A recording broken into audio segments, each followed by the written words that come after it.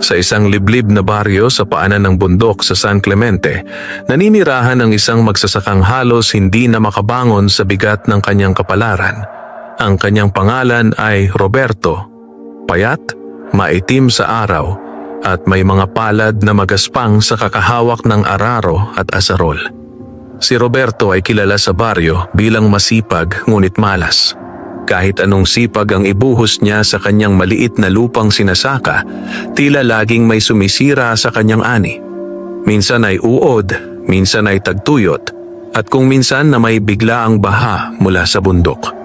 Para bang may kamay na hindi nakikita na laging pumipigil sa kanyang pagahon. Mag-isa lamang siya sa kanyang kubo na yari sa pawid at kawayan. Matagal nang yumao ang kanyang mga magulang, at ni hindi siya nagkaroon ng sariling pamilya.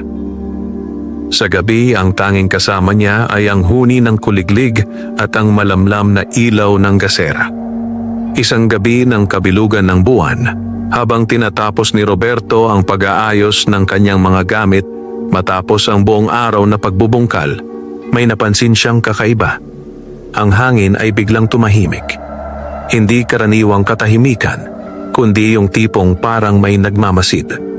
Napahinto siya sa paghigop ng tubig mula sa kanyang basong lata. Unti-unti niyang ibinaba ang baso at tumingin sa may pintuan ng kanyang kubo. May marahang katok. Hindi malakas, hindi rin mahina. Sapat lang para marinig sa gitna ng katahimikan. Napakunot ang noo ni Roberto. Walang kapitbahay na ganito kalayo sa kanyang bukid na pupunta sa ganitong oras ng gabi. At kung meron man, tiyak na tatawag muna ito sa kanyang pangalan. Muling kumatok. Dahan-dahang tumayo si Roberto at kinuha ang kanyang lampara. Sa bawat hakbang papunta sa pinto, ramdam niya ang kakaibang lamig na gumagapang sa kanyang batok. Pagbukas niya ng pinto, halos mabitawan niya ang lampara. Sa may paanan ng hagdan ng kanyang kubo ay may nakatayong maliit na nilalang. Isang duwende. Kasing laki lamang ito ng batang 3 taong gulang, ngunit malinaw na hindi ito tao. Maputla ang balat nito, matulis ang tenga, at ang mga mata ay tila kumikislap sa liwanag ng buwan. Ngunit hindi iyon ang pinaka-nakagugulat. May dala itong sanggol.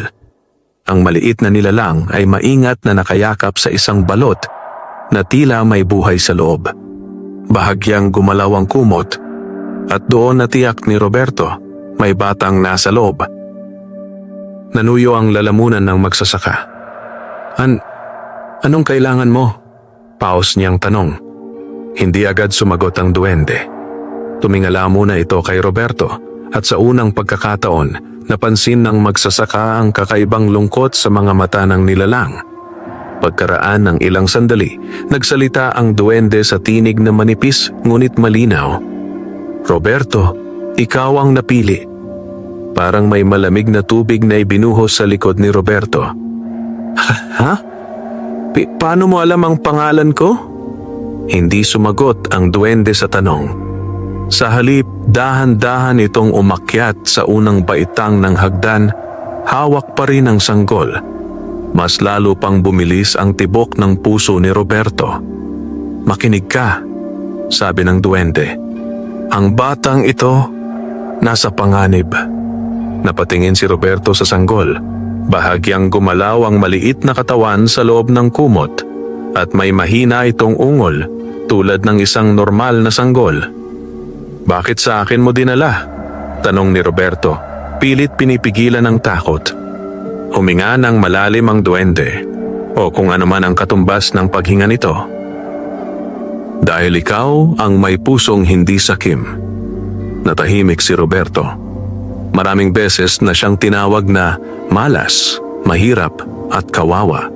Ngunit hindi pa siya kailanman tinawag na may mabuting puso. May mga nilalang na naghahanap sa batang ito, dugtong ng duwende. Kapag nakuha nila siya, hindi na siya mabubuhay. Lalong kumunot ang noo ni Roberto. Ano bang bata yan? Anak mo ba? Sa unang pagkakataon, nagbago ang anyo ng duwende. May dumaan na anino sa mukha nito. Tila sakit, tila takot. Hindi siya basta bata. Biglang umihip ang malamig na hangin sa paligid ng kubo. Napatayo ng tuwid si Roberto. May kakaiba na naman siyang naramdaman. Parang may ibang presensya sa dilim ng bukirin. Dahan-dahang napalingon ang duwende sa likuran ni Roberto sa direksyon ng madilim na palayan. Nanlaki ang mga mata nito. Hindi na sila naghintay. Nanigas ang batok ni Roberto. Sa sino? Bulong niya. Mahigpit na niyakap ng duwende ang sanggol at muling tumingin kay Roberto. Ngayon ay may halong desperasyon ang mga mata nito. Pakiusap. Itago mo siya. Bago pa makapagsalita si Roberto, biglang umiyak ang sanggol. Mahina ngunit malinaw sa tahimik na gabi. At kasabay nito, may gumalaw sa dilim ng bukid. Humigpit ang hawak ni Roberto sa lampara. Dahil sa unang pagkakataon sa buong buhay niya, naramdaman niyang ang simpleng buhay magsasaka niya ay malapit ng mabago. Magpakailanman. Nanatiling nakapako ang mga mata ni Roberto sa madilim na palayan sa harap ng kanyang kubo. Ang dating payapang bukirin na kanyang nakasanayan ay tila nag-iba ng anyo sa ilalim ng liwanag ng buwan. May gumagalaw doon. Hindi hangin.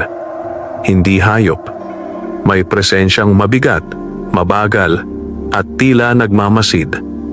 Unti-unting umatras si Roberto papasok ng kubo, ngunit hindi niya isinara ang pinto. Hindi niya alam kung bakit. Marahil ay dahil ayaw niyang mawalan ng tanaw sa kung anumang naroon sa dilim. Sa may paanan ng hagdan, mahigpit pa ring yakap ng duwende ang sanggol. Pumasok ka, pabulong na sabi ng nilalang. Parang may sariling isip ang mga paa ni Roberto. Dahan-dahan siyang umurong hanggang tuluyang makapasok ang duwende sa loob ng kubo. Isinara niya ang pinto, ngunit ang kaba sa dibdib niya ay lalo lamang lumakas. Tahimik ang paligid. Ngunit ang katahimikang iyon ay hindi nakapagpapaluwag, bagkus ay lalo lamang nakapagpapabigat ng pakiramdam. Maingat na inilapag ng duwende ang sanggol sa ibabaw ng lumang banig ni Roberto. Bahagyang gumalaw ang bata sa kamuling na tahimik. Ngayon lamang napagmasdan ni Roberto ng mabuti ang sanggol. Maputi ang balat nito, halos kumikinang sa liwanag ng gasera. Ang buhok ay manipis, ngunit tila may bahagyang gintong kinang. At kahit mahimbing ang tulog, may kakaibang aura na nakapalibot sa bata. Hindi nakakatakot, ngunit hindi rin pangkaraniwan. Napailing si Roberto. Ano ba talaga ang batang to? Mahinang tanong niya. Tumahimik sandali ang duwende bago sumagot. Isang bata na hindi dapat makita ng masasamang nilalang. Hindi mo pa rin sinasagot ang tanong ko, maring sabi ni Roberto kahit nanginginig pa rin ang kanyang boses. Bakit ako? Dahan-dahang tumingin sa kanya ang duwende. Dahil ikaw lang ang hindi nila pinaghihinalaan. Napatigil si Roberto. Anong ibig mong sabihin? Matagal ka na naming binabantayan, sagot ng duwende. Sa baryong ito, maraming pusong madaling masilaw sa kapangyarihan at ginto. Ngunit ikaw, kahit gutom, kahit kapos, hindi ka kailanman nagnasa sa hindi iyo. Napayuko si Roberto. Hindi niya alam kung papuri ba iyon o panibagong pasanin. Biglang, may kumalabog sa labas. Sabay na patingin ang dalawa sa pinto. Mabigat, mabagal, parang may tumapak sa tuyong pilapil. Isang hakbang, isa pa. Nanlamig ang likod ni Roberto. Hindi na yon basta pakiramdam. May kung sino sa labas. Mabilis na tumayo ang duwende. Sa unang pagkakataon, nakita ni Roberto ang takot na malinaw sa mukha ng nilalang. Mas mabilis sila kaysa inaasahan ko. Sinong sila? Bulong ni Roberto. Hindi sumagot ang duwende. Sa halip, mabilis nitong kinuha ang kamay ni Roberto at inilagay roon ang isang maliit na bagay. Isang anting-anting. Maliit na bilog na tila yari sa lumang pilak, may nakaukit na mga simbolong hindi maintindihan ni Roberto. Isuot mo yan, sabi ng duwende. Huwag mong aalisin kahit anong mangyari. Nanginginig na isinabit ni Roberto ang anting-anting sa kanyang leeg. Sa mismong sandaling dumikit ito sa kanyang balat. May dumaloy na kakaibang init sa kanyang dibdib. Napasinghap siya. Ano? Hindi na niya natapos ang sasabihin. Dahil sa labas ng kubo, may aninong dumaan sa bintana. Hindi malinaw ang hugis. Ngunit siguradong hindi tao. Mahaba ang mga braso. At tila nakayuko habang gumagalaw. Napatakip ng bibig si Roberto. Samantalang ang duwende ay mahigpit na nakatitig sa pinto. Handang-handang tila may darating na mas masama pa. Mahinang umiyak ang sanggol sa banig. At sa gabing iyon, unang beses na naisip ni Roberto na baka ang simpleng buhay niya sa baryo ay tuluyan ng nagwakas. Hindi gumalaw si Roberto, ni hindi siya halos huminga habang nakatitig sa aninong dumaan sa bintana ng kanyang kubo. Pakiramdam niya ay parang may malamig na kamay na dahan-dahang pumipisil sa kanyang puso. Ang duwende ay nanatiling tuwid ang tindig. Ang maliliit nitong mata ay nakapako sa pinto. Muling umiyak ang sanggol. Mahina ngunit sapat upang lalo pang sumikip ang dibdib ni Roberto. Patahimikin mo siya. Pabulong ngunit mariing sabi ng duwende. Agad lumapit si Roberto sa banig. Hindi siya sanay magbuhat ng sanggol, ngunit maingat niyang kinuha ang bata sa kanyang mga bisig. Nakapagtataka, pagkahawak pa lamang niya, tila bahagyang kumalma ang sanggol. May kakaibang init na dumaloy sa kanyang mga palad. Napakunot ang noo niya. Bakit parang, hindi na niya natuloy ang bulong. Dahil sa labas, may marahang pagkaluskos sa dingding ng kubo. Parang may kung anong kumikiskis sa kawayan. Mabagal. Paikot. Napalunok si Roberto. Umalis ba sila? Mahina niyang tanong. Hindi agad sumagot ang duwende. Ilang sandali pa itong nakinig sa kadahan-dahang umiling. Hindi pa. Nanikip ang dibdib ni Roberto. Hindi sila basta aalis. Dugtong ng duwende. Naaamoy nila ang bata. Parang binuhusan ng malamig na tubig ang batok ni Roberto. Ano bang klaseng mga nilalang ang humahabol sa batang to? Sa unang pagkakataon, nagatubili ang duwende. Tila ayaw nitong sabihin, ngunit alam nitong wala na itong pagpipilian. Mga nilalang na matagal nang nagkukubli sa kabundukan, mahinang sabi nito, mga gutom sa kapangyarihan at sa dugo. Napahigpit ang yakap ni Roberto sa sanggol. Hindi ko kaya to, bulong niya. Isa lang akong magsasaka. Dahan-dahang lumapit ang duwende sa kanya. Alam ko, tumingala si Roberto. Pero minsan, patuloy ng duwende, ang pinipili ng tadhana ay hindi ang pinakamalakas, kundi ang may pinakamatibay na puso. Natahimik si Roberto.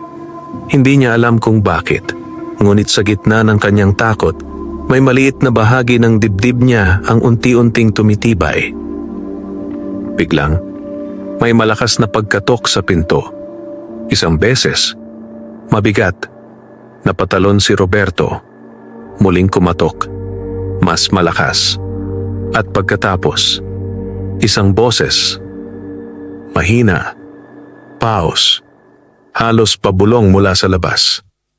Roberto, nanigas ang buong katawan ng magsasaka. Kilalang kilala niya ang boses na iyon. Dahan-dahan siyang napalingon sa duwende. Nanlalaki ang mga mata. Si Mang Tino yon, bulong niya. Kapitbahay ko. Ngunit hindi gumalaw ang duwende. Sa halip lalo lamang tumalim ang tingin nito sa pinto. Huwag mong bubuksan, napalunok si Roberto. Pero, muling nagsalita ang boses sa labas, ngayon ay mas malinaw. Roberto, tulungan mo ako. Nanlamig ang dugo ni Roberto dahil may kakaiba. Ang kubo niya ay nasa gitna ng bukirin, malayo sa bahay ni Mang Tino. At higit sa lahat, 3 buwan nang patay si Mang Tino. Unti-unting nanginig ang kamay ni Roberto habang yakap ang sanggol. Sa labas ng pinto, muling kumatok ang kung sino man. Mas mabagal, mas mabigat. At sa pagkakataong iyon, alam na ni Roberto na kung ano man ang nasa labas ng kanyang kubo, hindi iyon ang kapitbahay niya. Nanatiling nakatitig si Roberto sa pinto. Ang bawat katok mula sa labas ay tila dumadagundong sa loob ng kanyang dibdib. Mahigpit ang yakap niya sa sanggol at ramdam niya ang bahagyang panginginig ng maliit na katawan nito. Muling nagsalita ang boses sa labas. "Roberto, buksan mo. Ako to." Halos hindi makagalaw ang magsasaka. Kilalang kilala niya ang tinig, ang paos na himig, ang mabagal na paraan ng pagsasalita. Eksaktong-eksakto. Parang buhay na buhay si Mang Tino sa labas ng kanyang kubo. Ngunit malinaw sa kanyang alaala ang araw na ibinaon nila sa lupa ang matandang kapitbahay. Siya mismo ang tumulong maghukay ng libingan. Dahan-dahang umiling ang duwende. Nililin lang kanila. Napapikit sandali si Roberto. Pinilit niyang pakalmahin ang mabilis na tibok ng kanyang puso. Paano nila nagagawa yon? Bulong niya. Mahina ang sagot ng duwende. Marami silang paraan. Ang ilan sa kanila, kayang hiramin ang tinig ng patay. Parang may malamig na hangin na dumaan sa batok ni Roberto. Sa labas, biglang tumigil ang katok. Sumunod ang katahimikan. Ngunit ang katahimikang iyon ay mas nakakatakot kaysa sa ingay. Unti-unting napalapit si Roberto sa pinto, ngunit agad siyang hinawakan ng duwende sa pulsuhan. "Huwag!" Huminto siya. Ilang segundo ang lumipas. Pagkatapos, may dahan-dahang pagkaluskos sa mismong dingding ng kubo. Hindi na ito sa may pinto. Umiikot na. Parang may kung anong gumagapang sa paligid ng kanyang bahay. Napalunok si Roberto. Hindi sila makapasok, bulong ng duwende. Hindi hanggat suot mo ang anting-anting. Automatikong hinawakan ni Roberto ang maliit na bilog sa kanyang leeg. Mainit pa rin ito sa kanyang balat, tila may sariling pintig. Biglang, may mahinang halakhak sa labas. Hindi ito kay Mang Tino. Mas manipis, mas magaspang, at may halong gutom. Nanindig ang balahibo ni Roberto. Alam na nila, mahinang sabi ng duwende. Anong alam nila? Nanginginig na tanong ni Roberto. Dahan-dahang tumingin ang duwende sa sanggol na nasa bisig niya. Na nasa iyo ang bata. Sa mismong sandaling iyon, malakas na kumalabog ang isang bahagi ng dingding ng kubo. Napaatras si Roberto. Isa pang kalabog, mas malakas. May kung anong tumama mula sa labas. Parang sinusubukang pasukin ang kubo. Mahigpit na napapikit si Roberto. Hindi ako handa sa ganito, bulong niya. Ngunit nang muling umiyak ang sanggol sa kanyang mga bisig, mahina, inosente. May kung anong nagbago sa loob niya. Dahan-dahan siyang tumuwid. Mas humigpit ang hawak niya sa bata. Hindi ko sila papayagang makuha ka. Mahina ngunit buo niyang sabi. Sa unang pagkakataon, bahagyang ngumiti ang duwende. Ngunit ang ngiting iyon ay hindi nagtagal. Dahil sa labas ng kubo, may kung anong mahaba at maitim ang unti-unting dumaan sa siwang ng kawayan. Isang manipis na daliring hindi pantao. At dahan-dahan itong gumalaw. Papasok. Parang tumigil ang mundo ni Roberto. Nakatitig siya sa siwang ng kawayan kung saan unti-unting pumapasok ang maitim at mahaba na daliri. Hindi iyon tulad ng kamay ng tao. Masyadong payat, masyadong mahaba at tila nangingitim na parang nababad sa lupa at dugo. Napaatras siya ng isang hakbang ngunit hindi niya binitiwan ang sanggol. Duwende, paos niyang bulong. Nakakapasok sila. Sa unang pagkakataon, nakita ni Roberto ang seryosong pag-aalala sa mukha ng maliit na nilalang. Hindi dapat, mabilis nitong sabi. Malakas ang harang ng anting-anting. Ngunit habang nagsasalita ito, lalo pang sumiksik papasok ang maitim na daliri. Kumiskis ito sa kawayan at may narinig si Roberto na parang mahinang ungol mula sa labas. Tila may natutuwa. Biglang uminit ang anting-anting sa leeg ni Roberto. Napasinghap siya. "Anong? Ilapit mo ang bata sa dibdib mo," utos ng duwende. Hindi na nagtanong si Roberto. Mahigpit niyang idinikit ang sanggol sa kanyang dibdib. Sa mismong sandaling iyon, mas lalong uminit ang anting-anting, ngunit hindi na masakit. Sa halip, parang may dumadaloy na lakas sa kanyang katawan. Napansin niya, ang maitim na daliri ay biglang nanginig. Unti-unti itong umatras. May sumunod na mahinang ungol mula sa labas. Ngayon ay halatang may inis at galit. Hindi nakapaniwala si Roberto. Umatras siya. Bahagyang tumango ang duwende. Gumagana ang anting-anting, pero sinusubok nila ang hangganan. Napalunok si Roberto. "Ilan sila?" Hindi agad sumagot ang duwende. Sa halip, dahan-dahan itong lumapit sa bintana at sumilip sa siwang. Pagbalik nito kay Roberto, mas mabigat na ang itsura ng mukha nito. Hindi lang isa. Nanlamig ang dugo ni Roberto. Sa labas, muling umikot ang pagkaluskos sa paligid ng kubo. Ngayon ay mas marami na. Parang may ilang nilalang na gumagala sa palayan, paikot-ikot, naghahanap ng paraan. Biglang umiyak ang sanggol. Mas malakas kaysa kanina. At kasabay noon, may sabay-sabay na paggalaw sa labas. Parang may mga paa na tumakbo sa tuyong pilapil. Napatayo ng tuwid ang duwende. Mas lalo silang ginugutom ng iyak niya. Mahina nitong sabi. Halos mataranta si Roberto. Anong gagawin ko?" Saglit na nag-isip ang duwende, saka mabilis na nagsalita. "May asin ka ba?" Napakurap si Roberto. "Meron. Sa kusina." "Dalhin mo rito. Bilisan mo." Kahit nanginginig, agad kumilos si Roberto. Hindi niya binitiwan ang sanggol habang mabilis na tinungo ang maliit niyang kusina. Kinuha niya ang supot ng asin na nakasabit sa dingding at dali-daling bumalik. Inabot niya iyon sa duwende. Mabilis itong kumilos. Kumuha ito ng isang dakok ng asin at nagsimulang magbudbod sa sahig.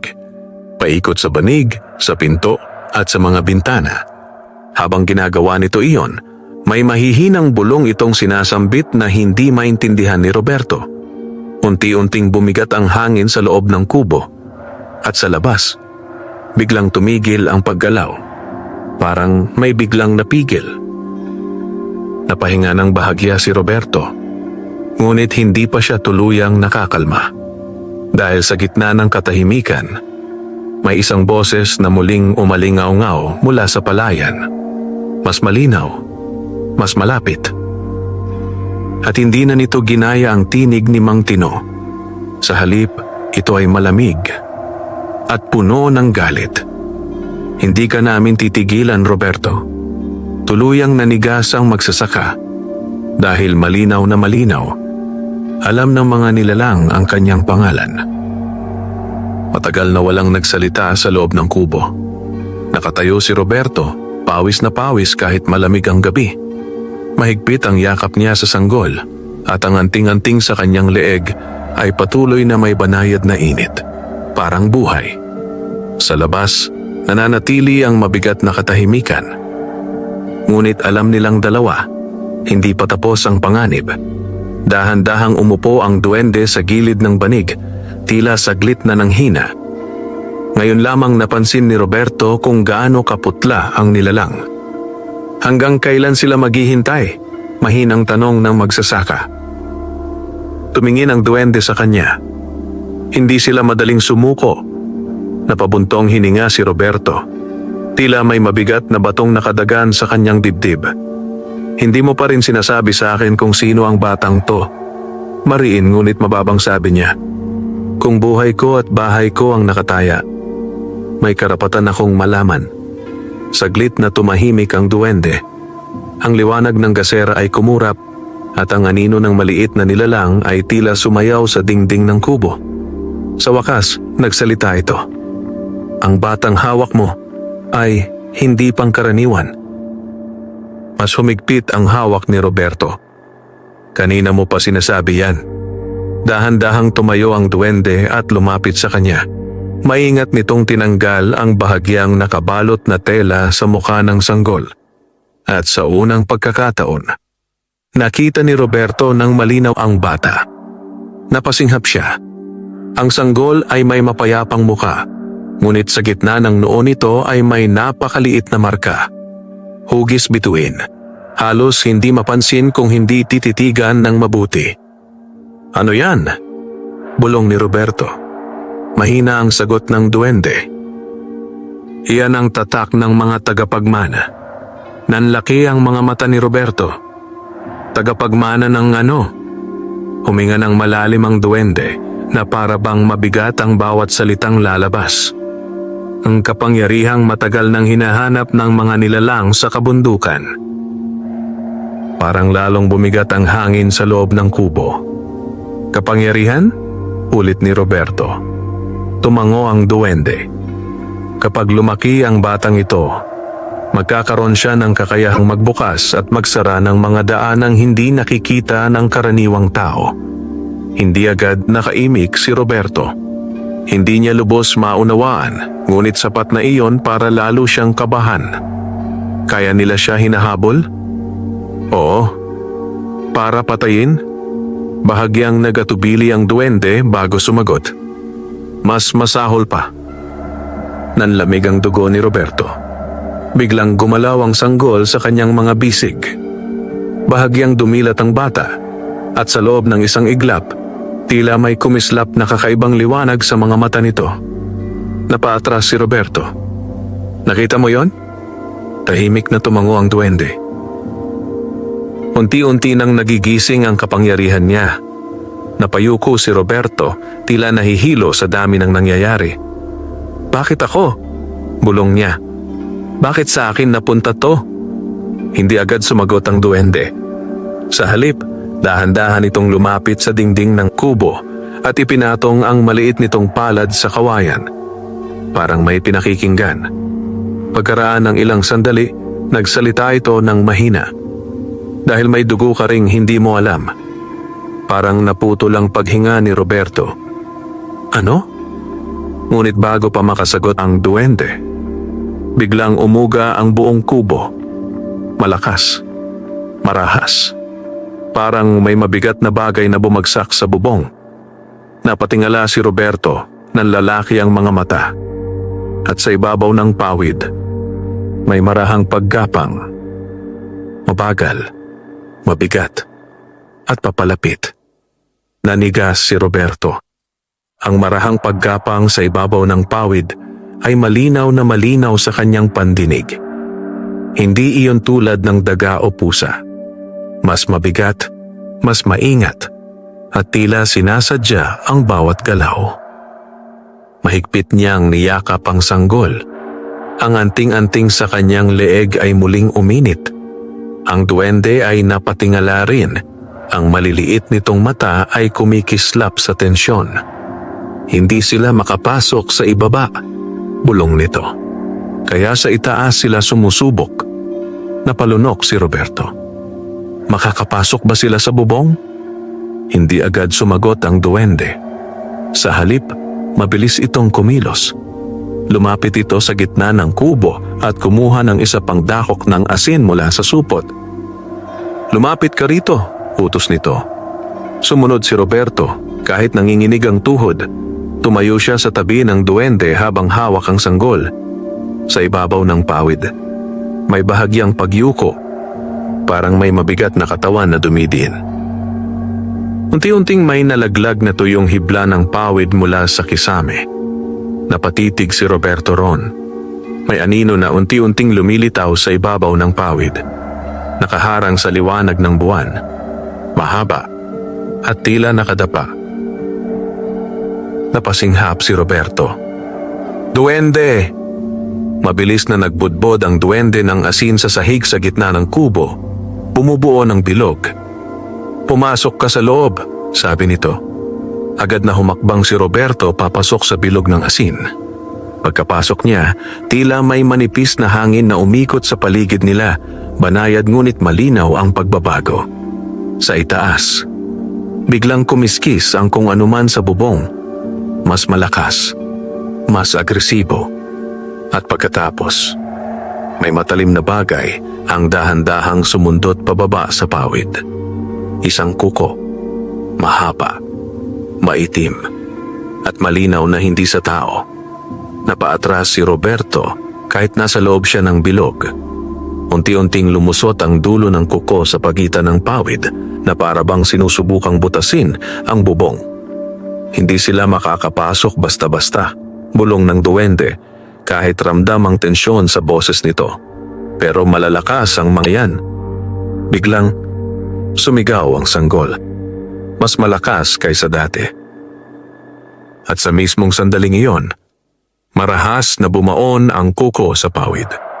May napunit na bahagi ng bubong.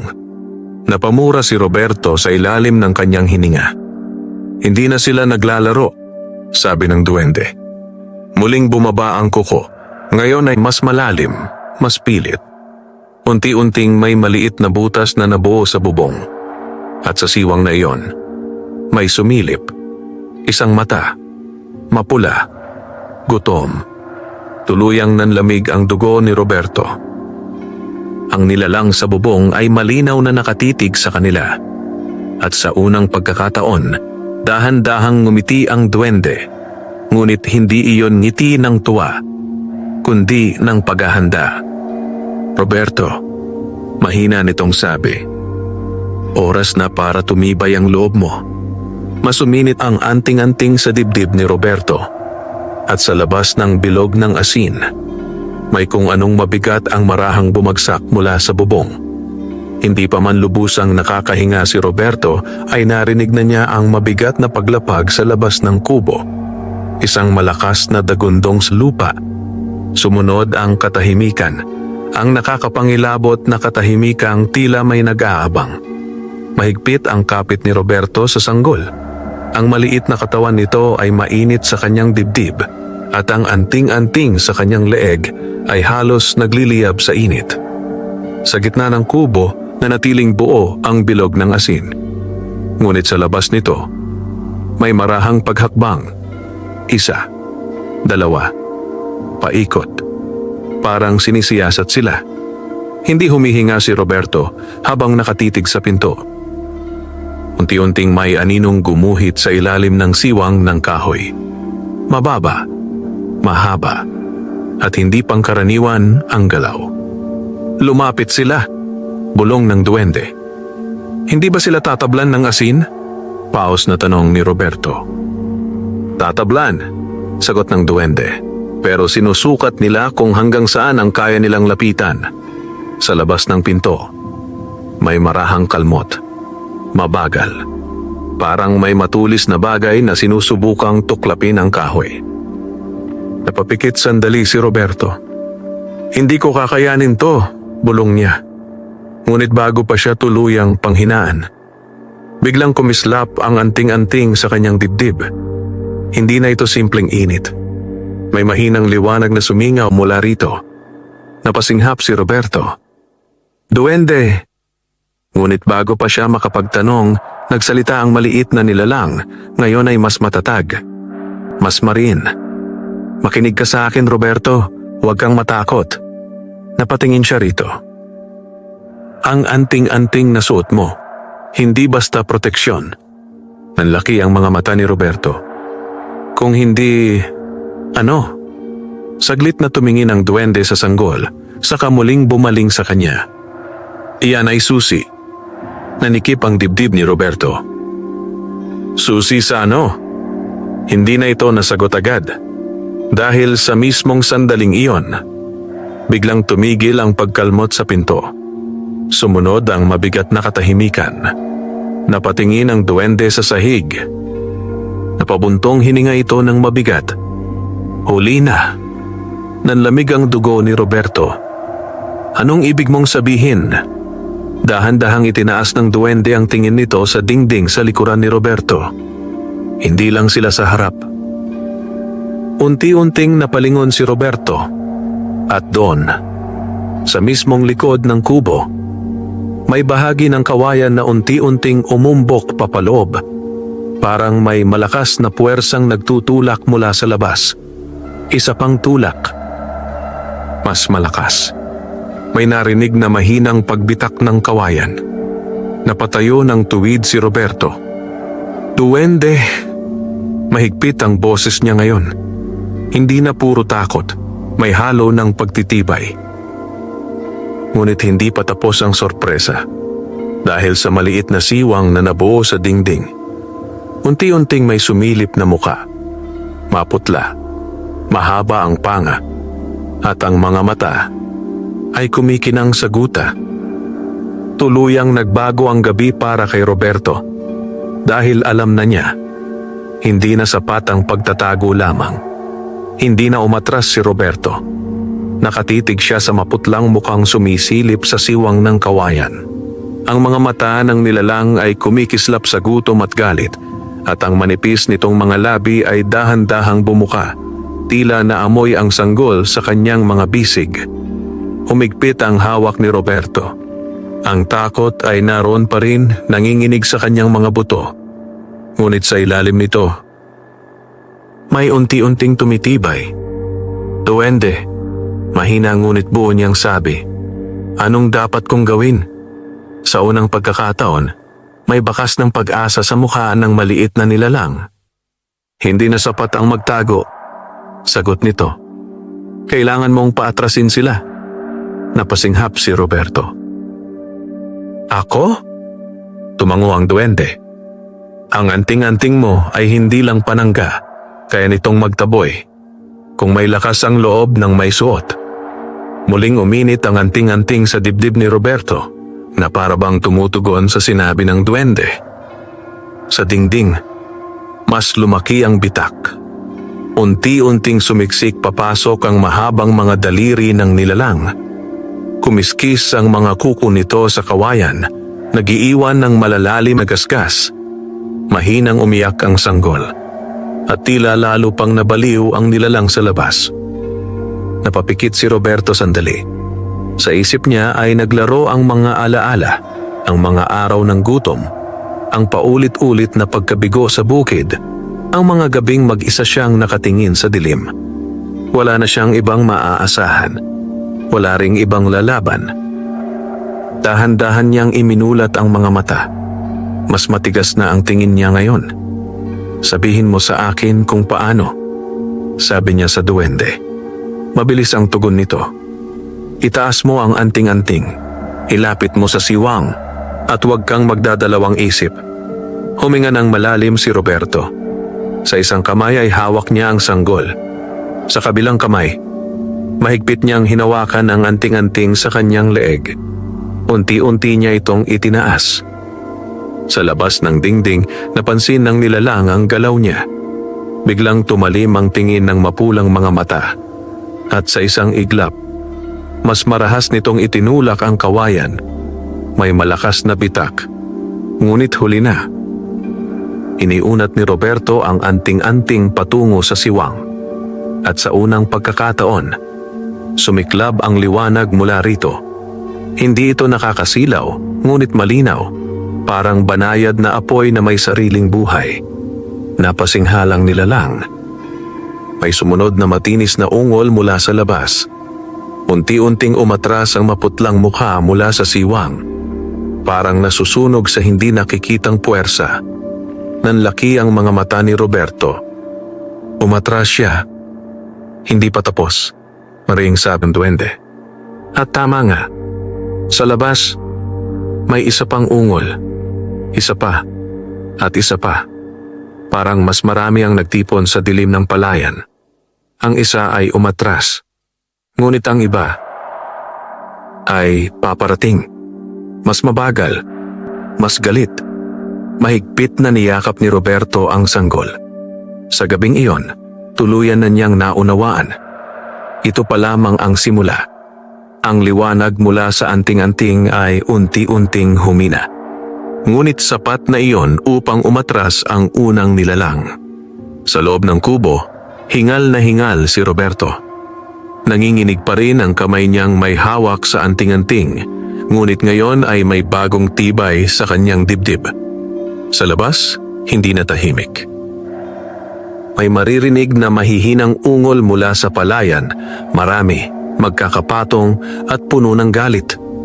Hindi sila umalis, nag-aabang lamang. Mahigpit na niyakap ni Roberto ang sanggol.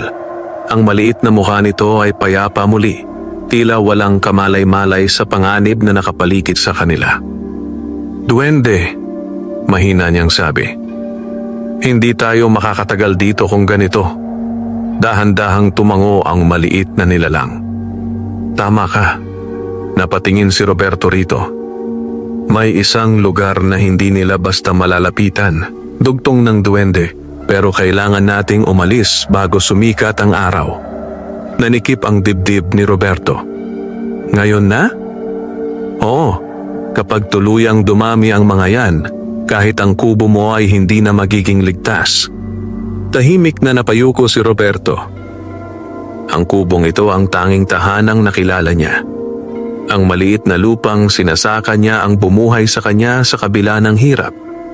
Ngunit nang tumingin siya sa sanggol sa kanyang bisig, naglaho ang pag-aatubili.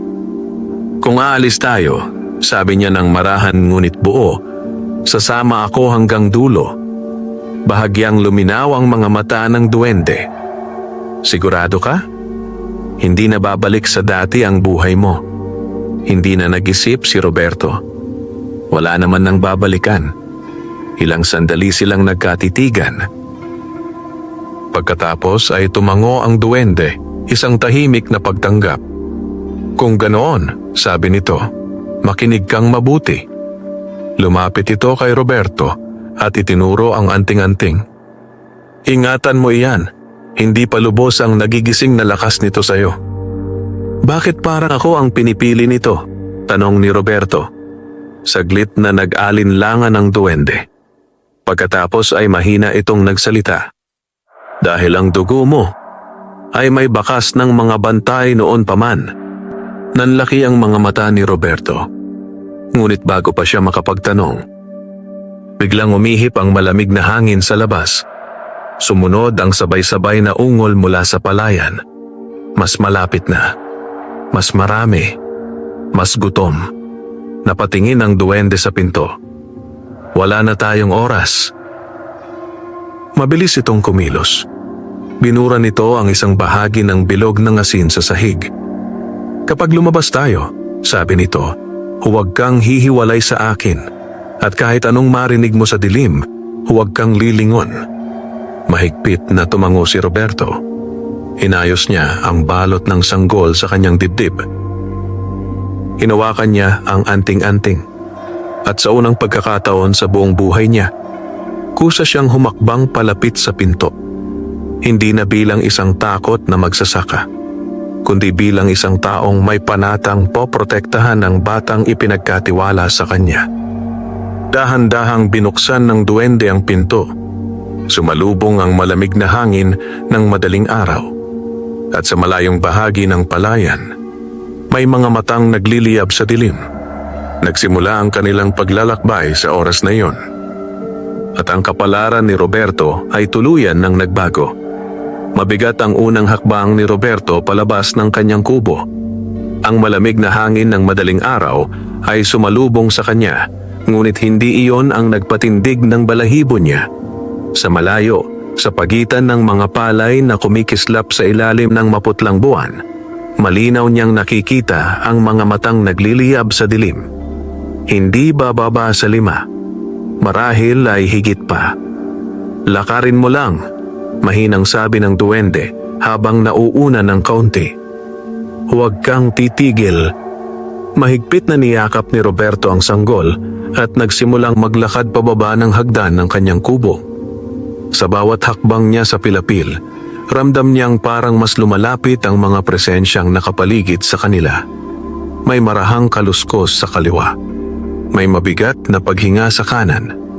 Ngunit hindi siya lumingon. Naalala niya ang bilin. huwag lilingon. Unti-unting lumayo ang kubo sa likuran nila. Ang tanging tahanang nakilala niya.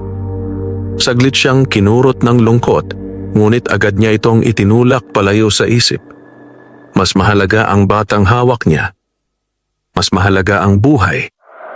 Gaano kalayo ang pupuntahan natin? Mahina niyang tanong. Sa paanan ng bundok, sagot ng duwende. May lugar doon na hindi nila basta mapasok. Habang naglalakad sila sa makitid na pilapil, napansin ni Roberto na unti-unting umiinit ang anting-anting sa kanyang dibdib. Hindi tulad kanina. Mas banayad. Parang gumagabay. Duwende, bulong niya. Parang may humihila sa akin. Bahagyang napalingon ang maliit na nilalang. Hindi humihila, sabi nito. Ginagabayan ka. Hindi na nakapagtanong pa si Roberto dahil sa gilid ng kanyang paningin. May mabilis na aninong dumaan sa pagitan ng mga palay. Napahigpit ang hawak niya sa sanggol. Sa likuran nila may marahang yabag na sumabay. Isaiah, 2, 3. Hindi na sila nagtatago. Nanunubok na. Bumibilis sila. Mahina ngunit matatag na sabi ng duwende. Kailangan nating magmadali. Pinilit ni Roberto na bilisan ang lakad kahit mabigat ang pakiramdam ng kanyang mga paa.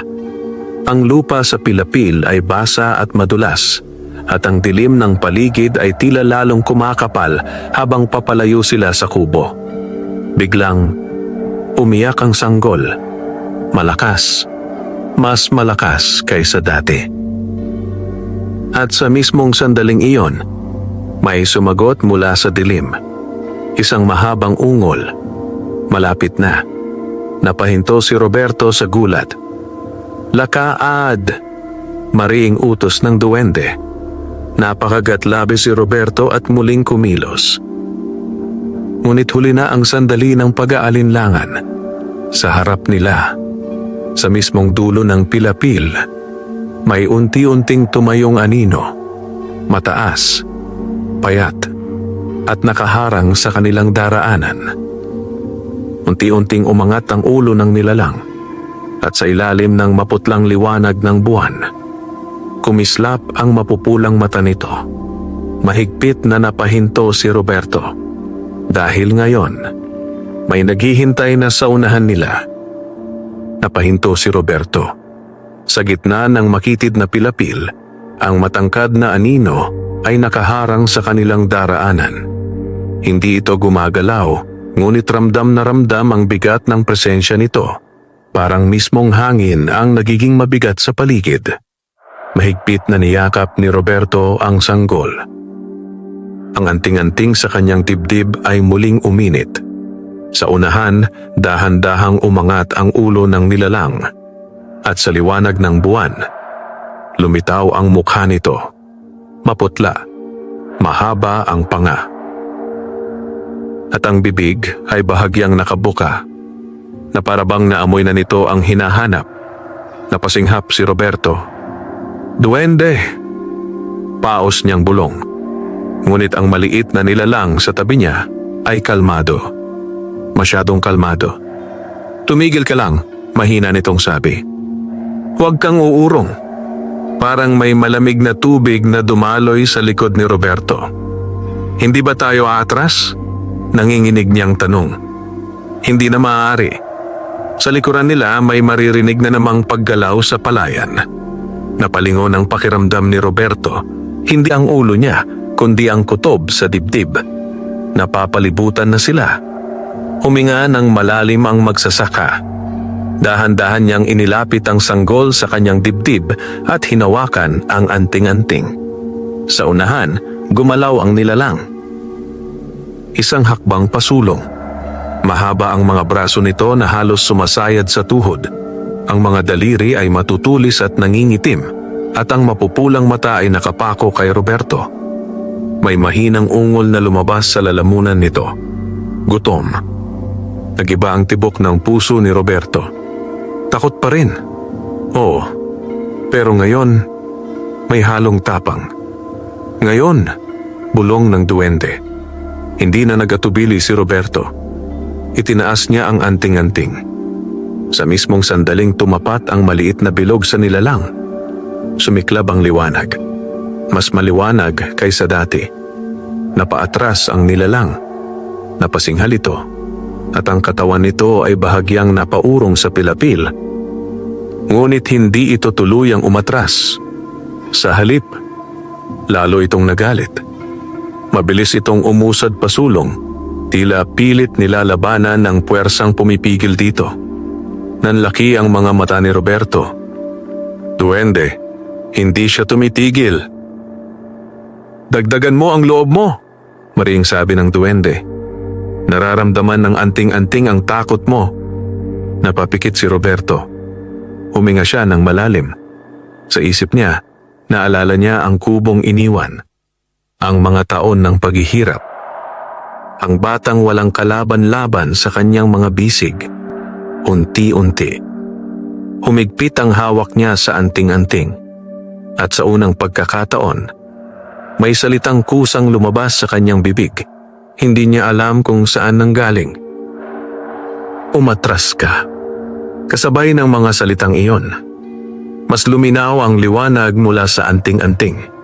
Sumiklab ito na parang buhay na apoy. Napaatras ang nilalang. Isa pang hakbang. Isa pa. Hanggang sa tuluyan itong umatras sa gilid ng pilapil. At sa loob ng ilang saglit, naglahong parang usok sa dilim. Nanlambot ang tuhod ni Roberto. Ngunit hindi pa tapos. Dahil mula sa likuran, may sabay-sabay na ungol ang umalingaungaw sa palayan. Mas marami, mas malapit, mas galit. Mahigpit na tumingin ang duwende sa daan paakyat ng bundok. Tumakbo na tayo. At sa unang pagkakataon, mula nang magsimula ang gabing iyon. Nagsimulang tumakbo si Roberto. Yakap ang batang maaaring magbago ng kapalaran ng kanilang mundo. Hindi na nagatubili si Roberto. Tumakbo siya sa makitid na pilapil. Yakap ng mahigpit ang sanggol sa kanyang dibdib. Sa unahan, mabilis na gumagalaw ang duwende. Maliit ngunit tila sanay sa landas kahit halos wala ng liwanag ang buwan. Sa likuran nila, may mga yabag na humahabol. Mabibigat. Marami. Hindi na nagtatago ang mga nilalang. Hinahabol na sila. Humahapdi ang dibdib ni Roberto sa hingal, ngunit hindi siya tumigil. Ang anting-anting sa kanyang leeg ay patuloy na umiinit, parang nagbibigay ng kakaibang lakas sa kanyang katawan. Malapit na ba tayo? Hingal niyang tanong. Hindi pa, sagot ng duwende habang patuloy sa pagtakbo. Pero papunta na tayo sa hangganan. Napakunot ang noo ni Roberto. Anong hangganan? Hangganan ng kanilang kapangyarihan. Bago pa siya makapagtanong, biglang may mabilis na aninong tumalon mula sa gilid ng palayan. Napahinto si Roberto sa gulat. Isang nilalang ang bumagsak sa harap nila. Mas maliit kaysa sa nauna, ngunit mas mabilis. Nakayuko ito, ang mga daliri ay nakabaon sa lupa, at ang mapupulang mata ay diretsong nakatitig sa sanggol. May mahinang pag-ungol itong inilabas. Hindi na naghintay ang duwende. Itapat mo! Sigaw nito. Agad itinaas ni Roberto ang anting-anting. Sumiklab ang liwanag. Ngunit sa pagkakataong ito, hindi agad umatras ang nilalang. Sa halip, kumapang ito pakaliwa, umiikot, na para bang hinahanap ang puwang sa depensa. Nanlaki ang mga mata ni Roberto. Duwende, umiikot siya. Matatalino na ang ilan sa kanila. Mabilis na sagot nito. Huwag mong ibababa. Masumigpit ang kapit ni Roberto sa anting-anting. Ramdam niyang nanginginig ang kanyang braso sa pagod, ngunit pinilit niyang manatiling matatag. Ang nilalang ay patuloy na umiikot. Palapit ng palapit. At sa likuran nila, may paparating pang mga yabag. Mas mabilis na ngayon. Mas marami. Biglang umiyak ang sanggol. At sa iglap na iyon, sumugod ang nilalang. Ngayon! Sigaw ng duwende. Hindi na nag-isip si Roberto. Itinapat niya ng buo ang anting-anting at buong lakas na sumigaw. "Umatras ka!" Sumabog ang liwanag. Mas maliwanag kaysa lahat ng nauna. Napasinghal ang nilalang. Tumilapon ito paatras sa pilapil, gumulong sa putik, at sa loob ng ilang saglit ay naglaho sa dilim. Nanlambot ang tuhod ni Roberto, ngunit hindi pa siya pinayagang huminto. Hinila siya ng duwende sa manggas. "Takbo pa!" Muling kumilos si Roberto, kahit nananakit na ang kanyang mga binti. Sa unahan, unti-unti nang lumilitaw ang madilim na hulma ng kabundukan. Mas mataas, mas masukal, at tila may kakaibang katahimikan na nakapaligid doon. Ngunit sa likuran nila, ang mga ungol ay lalo pang lumalapit. At sa gabing iyon, malinaw kay Roberto na kahit may liwanag siyang hawak, ang dilim ay hindi basta sumusuko. Halos hindi na maramdaman ni Roberto ang kanyang mga paa. Ang bawat hakbang niya sa maputik na lupa ay mabigat, ngunit hindi siya tumigil. Sa unahan, malinaw na ang anyo ng kabundukan, madilim, masukal, at tila may sariling katahimikan na naiiba sa kapatagan. "Kaunti na lang," sabi ng duwende, kahit ramdam ang pagod sa tinig nito. Sa likuran nila, ang mga ungol ay patuloy na sumusunod. Mas malapit, mas mababa, mas gutom. Mahigpit na niyakap ni Roberto ang sanggol. Ang bata ay bahagyang gumagalaw sa kanyang dibdib, ngunit hindi na ito umiiyak, tila nararamdaman ang tensyon sa paligid. Biglang, huminto ang duwende. Napapreno rin si Roberto. "Nandito na tayo," mahina nitong sabi. Napatingin si Roberto sa paligid. Sa unang tingin, parang wala namang kakaiba. Isa lamang itong bahagi ng paanan ng bundok. May matataas na damo, ilang batong nakausli, at ang makapal na lilim ng mga punong kahoy. Ngunit maya-maya, may napansin siya. Ang hangin dito ay iba. Mas malamig, mas tahimik. Parang may manipis na tabing na hindi nakikita. "Anong lugar ito?" bulong ni Roberto. "Isang lumang hangganan," sagot ng duwende. "Dito nagsisimula ang lupang hindi nila basta mapasok." Bahagyang gumaan ang dibdib ni Roberto. Ngunit hindi iyon nagtagal. Dahil sa likuran nila, biglang tumigil ang mga yabag. Unti-unting napalingon si Roberto. Sa gilid ng kapatagan, sa may hangganan ng anino at liwanag, may mga hugis na unti-unting lumilitaw. Isa, dalawa, marami. Hindi na sila nagtatago. Ang mga nilalang ay nakahanay sa dilim. Ang mapupulang mata ay sabay-sabay na nakatitig sa kanila. Ngunit, hindi sila lumalapit. Parang may pumipigil. Napabuntong hininga ang duwende. Hindi sila makatawid ng basta. Bahagyang lumuwag ang balikat ni Roberto. Ngunit napansin niya, hindi umaalis ang mga nilalang. Naghihintay lamang. May mahinang ungol ang isa sa kanila. Mas mababa at mas galit kaysa sa iba. Parang babala o pangako. Unti-unting lumapit ang duwende kay Roberto at tumingin sa sanggol. "Kailangan pa nating umakyat," sabi nito. "Hindi pa ito ang pinakaligtas." Napakunot ang noo ni Roberto. "May mas ligtas pa?" Tumango ang duwende. "May isang lugar sa loob ng bundok. Doon lang sila tuluyang hindi makakalapit." Tahimik na tumingin si Roberto sa madilim na kabundukan. Pagod na siya. Ngunit nung sumilip siya sa mukha ng sanggol, muling tumibay ang loob niya. "Sige," mahina ngunit buo niyang sabi. Sa likuran nila, sabay-sabay na nagningas ang mga matang mapupula. Tahimik silang nagmamasid, naghihintay. At malinaw kay Roberto, hindi pa tapos ang habulan. Mabagal ngunit tuloy-tuloy ang pag-akyat ni na Roberto at ng duwende sa masukal na bahagi ng bundok. Ang lupa ay mabato at madulas, at ang makakapal na ugat ng mga puno ay tila sumasabit sa paa sa bawat hakbang. Ngunit napansin ni Roberto, habang papaloob sila ng papaloob, unti-unting nawawala ang mabigat na presensyang humahabol sa kanila. Mas tahimik dito, mas malamig, at kakaiba ang hangin. Parang may lumang kapangyarihang natutulog sa paligid.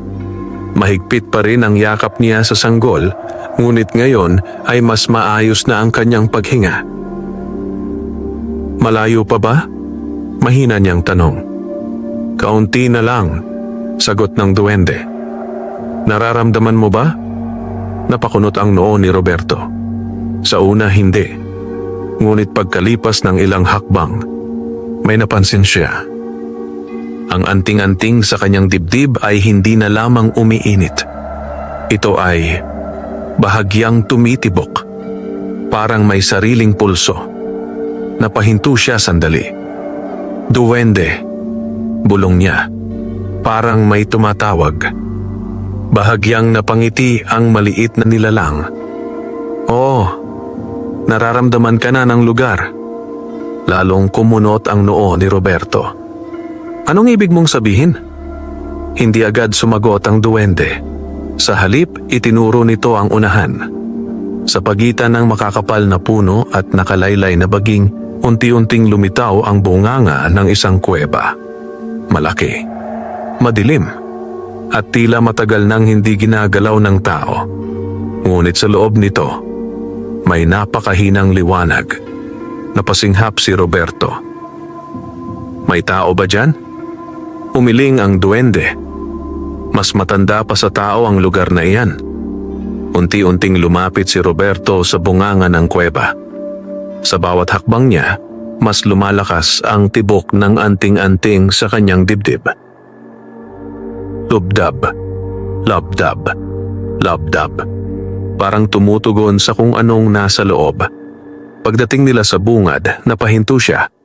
Sa loob ng kuweba, sa pinakaloob na bahagi na natatamaan ng mahinang liwanag, may nakaukit sa sahig na simbolo, malaki at bilog, yari sa lumang bato. At sa gitna nito, may patungan na tila inukit para sa isang bagay na bilog. Kasing laki ng... Dahan-dahang napatingin si Roberto sa anting-anting sa kanyang dibdib. Nanuyo ang kanyang lalamunan. Duwende. Mahina ang sagot ng nilalang. Oo, nanlaki ang mga mata ni Roberto. Ito ba ang sinasabi mong susi? Tahimik na tumango ang duwende. At sa sandaling iyon, bahagyang gumalaw ang sanggol sa kanyang mga bisig. Unti-unti itong dumilat. At sa loob ng kuweba, may kung anong matagal nang natutulog ang tila nagsimulang magising. Hindi agad nakagalaw si Roberto. Nakatayo siya sa bungad ng kuweba, nakatitig sa lumang simbolong nakaukit sa sahig. Ang hugis nito ay bilog na may mga guhit na paikot. Mga markang hindi niya maintindihan, ngunit tila pamilyar sa kung anong bahagi ng kanyang pagkatao. Sa kanyang dibdib, ang anting-anting ay patuloy na tumitibok. Labdab, labdab, labdab. Parang tumatawag. Mahigpit niyang niyakap ang sanggol, ngunit napansin niyang ang bata ay mulat na. Tahimik na nakatingin sa loob ng kuweba na para bang kilala nito ang lugar. Duwende, paus na bulong ni Roberto. Anong mangyayari kapag inilagay ko to dyan? Dahan-dahang lumapit ang maliit na nilalang sa kanyang tabi. Magigising ang bantay. Nanlamig ang batok ni Roberto. Anong klaseng bantay? Hindi agad sumagot ang duwende. Sa halip, tumingin ito sa kailaliman ng kuweba, tila may iginagalang. Isang kapangyarihang matagal nang nagbabantay sa hangganan ng mundo ng tao at ng mga nilalang sa dilim. Napahigpit ang hawak ni Roberto sa anting-anting. Sa labas ng kuweba, may dumaan na malamig na hangin. At kasabay noon, may mahinang ungol mula sa paanan ng bundok.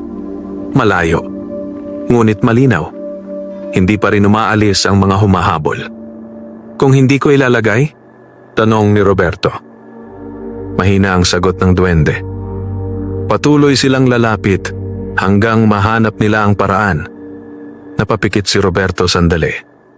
Pagod na siya.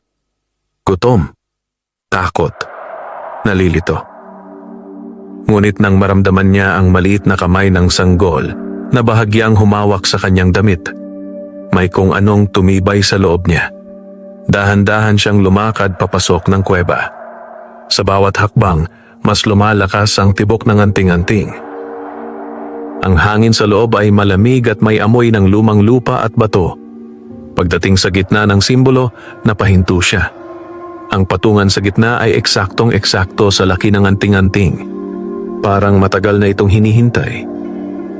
Ngayon, mahina ngunit mariing sabi ng duwende. Huminga ng malalim si Roberto. Unti-unti niyang hinubad ang anting-anting sa kanyang leeg.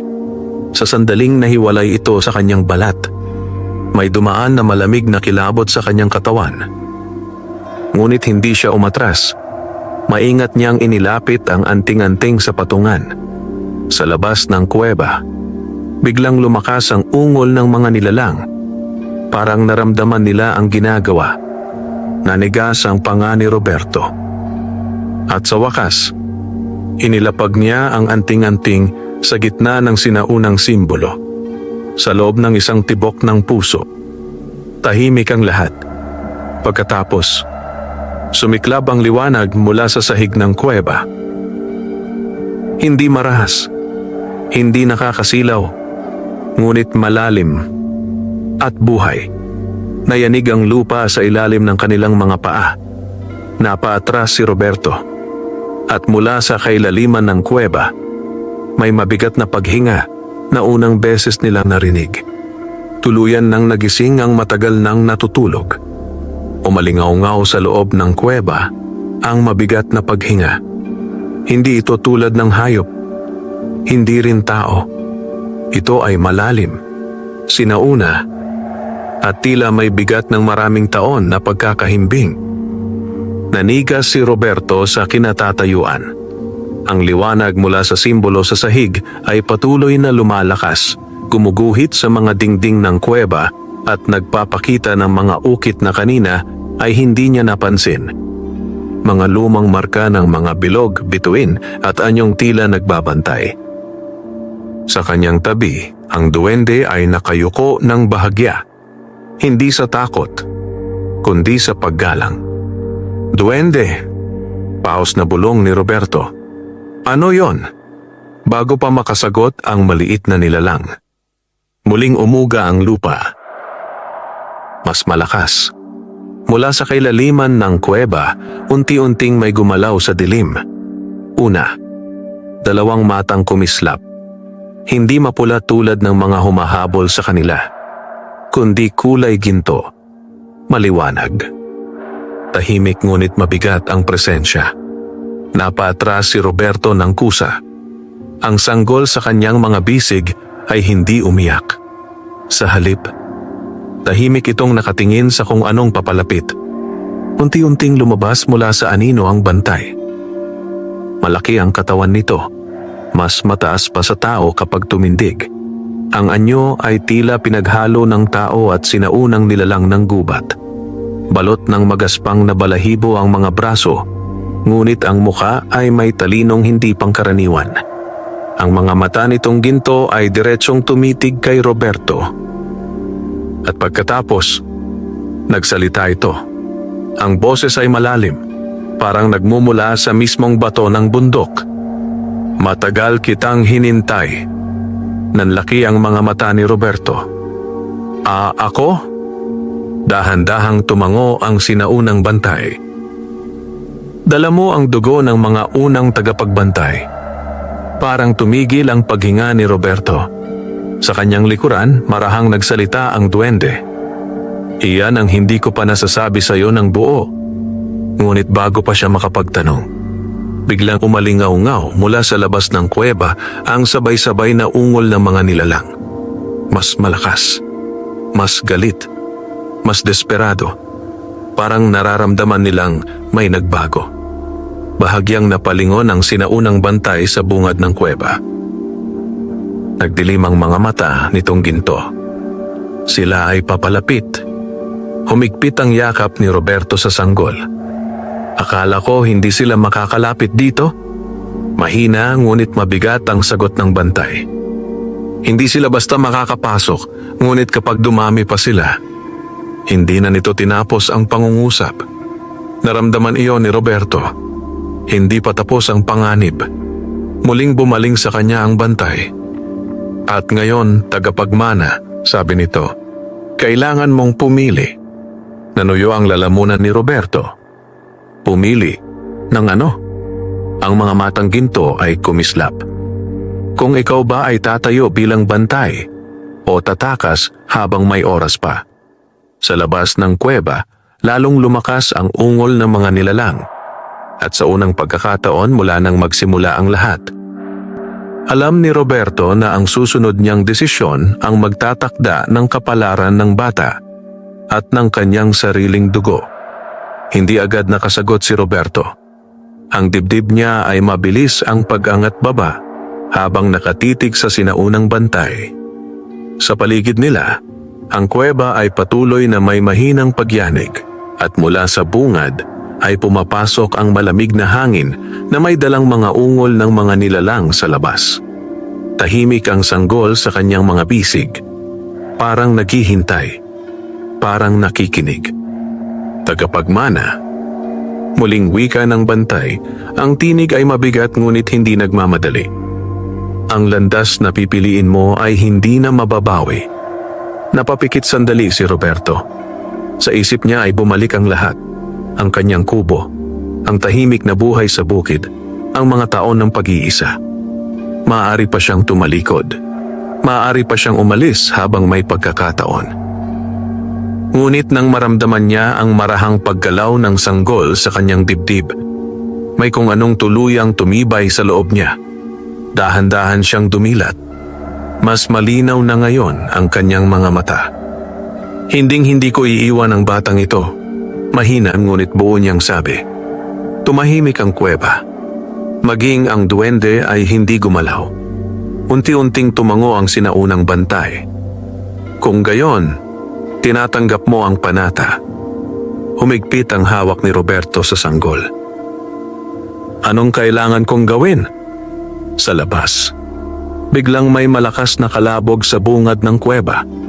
Parang may malalaking katawan na sumubok lumapit sa hangganan. Nagdilim ang mukha ng bantay. Wala na tayong oras. Mabilis itong lumapit sa sinaunang simbolo sa sahig kung saan nakalapat ang anting-anting. Roberto, mariin nitong sabi, kunin mo muli ang susi. Hindi na nagatubili si Roberto. Maingat niyang ibinigay saglit ang sanggol sa duwende at agad na kinuha ang anting-anting mula sa patungan. Sa sandaling nahawakan niya ito, may malakas na alon ng init ang dumaloy sa kanyang katawan. Napasinghap siya at sa unang pagkakataon, may mga larawang kumislap sa kanyang isipan, mga lalaking nakasuot ng lumang kasuotan. Mga bantay na may hawak ding mga anting-anting. Isang sinaunang panata. Napaatras siya sa gulat. Anong? Naalaala ka na ng dugo mo, sabi ng bantay. Sa bungad ng kuweba, may matalim na kalmot ang umalingaw-ngaw sa bato. Mas malakas kaysa dati. Mas malapit. Humigpit ang boses ng bantay. Makinig kang mabuti, Roberto. Ang kapangyarihan ng anting-anting ay hindi lamang ilaw. Ito ay panawagan. Nanuyo ang lalamunan ni Roberto. Panawagan? Kanino? Ang mga matang ginto ng bantay ay kumislap. Sa mga natutulog pang bantay at sa kapangyarihang nasa loob mo. Sa labas, sabay-sabay na umungol ang mga nilalang. Ngayon ay puno ng matinding galit. Bahagyang umiyak ang sanggol. At sa gitna ng lumalakas na panganib, unti-unting naunawaan ni Roberto. Ang laban na ito ay hindi na lamang tungkol sa pagtakas. Ito ay simula ng kanyang pagiging bantay. Umalingaw-ngaw sa loob ng kuweba ang malalakas na kalmot mula sa bungad. Hindi pa nakakapasok ang mga nilalang, ngunit malinaw na sinusubok na nila ang hangganan. Ang bawat dagundong ay nagpapayanig sa sahig ng kuweba. Mahigpit ang hawak ni Roberto sa anting-anting. Ang init nito ay hindi na lamang init. Ito ay tila apoy na buhay sa kanyang palad. Sa kanyang tabi, ang duwende ay nakatingin sa bungad ng kuweba, handa ngunit bakas ang pag-aalala. Samantala, ang sinaunang bantay ay tuwid na nakatayo. Mabigat ang presensya, tila mismong bundok ang kanyang sandigan. Roberto, mariin nitong sabi, oras na. Napatingin si Roberto. Para saan? Ang mga matang ginto ng bantay ay tumitig ng diretso sa kanya. Para gisingin mo ang nasa loob mo. Sa labas, may malakas na dagundong. May isang mahabang braso ang biglang sumungaw sa bungad ng kuweba. Maitim, payat, at may matutulis na kuko. Huminto ito sa mismong hangganan na para bang may hindi nakikitang pader na pumipigil dito. Ngunit patuloy itong nagtutulak. Unti-unti. Pinipilit. Napahigpit ang panga ni Roberto. Hindi sila titigil, bulong niya. Hindi nga, sagot ng bantay. Kaya ikaw ang titindig. Huminga ng malalim si Roberto. Sa kanyang isipan ay muling kumislap ang mga larawang kanina niya nakita. Mga bantay na may hawak na liwanag, nakaharap sa dilim ng walang pag-atras. Dahan-dahan siyang humakbang pasulong. Inabot niya ang sanggol mula sa duwende at muling niyakap ito ng mahigpit. Pagkatapos, itinaas niya ang anting-anting. Sa una, mahina ang liwanag. Ngunit ipinikit niya ang mga mata. At sa kauna-unahang pagkakataon, hindi niya pinigilan ang takot. Hindi niya rin ito tinakasan. Sa halip, tinanggap niya. Kung ito ang tadhana ko, mahina niyang sabi, tatayo ako. Sa sandaling iyon, sumiklab ang anting-anting. Mas maliwanag kaysa lahat ng nauna. Ang liwanag ay kumalat sa buong kuweba, gumapang sa mga dingding at umabot hanggang sa bungad. Napasinghal ang mga nilalang sa labas. May sunod-sunod na ungol ng sakit at galit. Ang maitim na braso sa bungad ay biglang umurong, tila nasunog sa hindi nakikitang apoy. Ngunit hindi doon nagtapos. Sa loob ng kuweba, ang sinaunang simbolo sa sahig ay muling nagliwanag. At sa malayo, sa kailaliman ng bundok, may mga sagot na pagyanig. Parang may iba pang nagigising. Nanlaki ang mga mata ng duwende. Hindi lang isa. Tahimik na tumango ang sinaunang bantay. Ang panawagan ay narinig. Hingal na ibinaba ni Roberto ang anting-anting, ngunit ang liwanag sa kanyang paligid ay hindi tuluyang nawala. Sa labas ng kuweba, ang mga mapupulang mata ay isa-isang umurong sa dilim. Hindi pa tapos. Ngunit umatras sila. Sa unang pagkakataon, mula nang magsimula ang gabing iyon, may pag-asa. Mahigpit na niyakap ni Roberto ang sanggol. At sa kanyang dibdib, malinaw na niya ngayon ang panata na kanyang tinanggap. Hindi na siya basta magsasaka. Siya na ngayon ang bagong bantay. Wakas.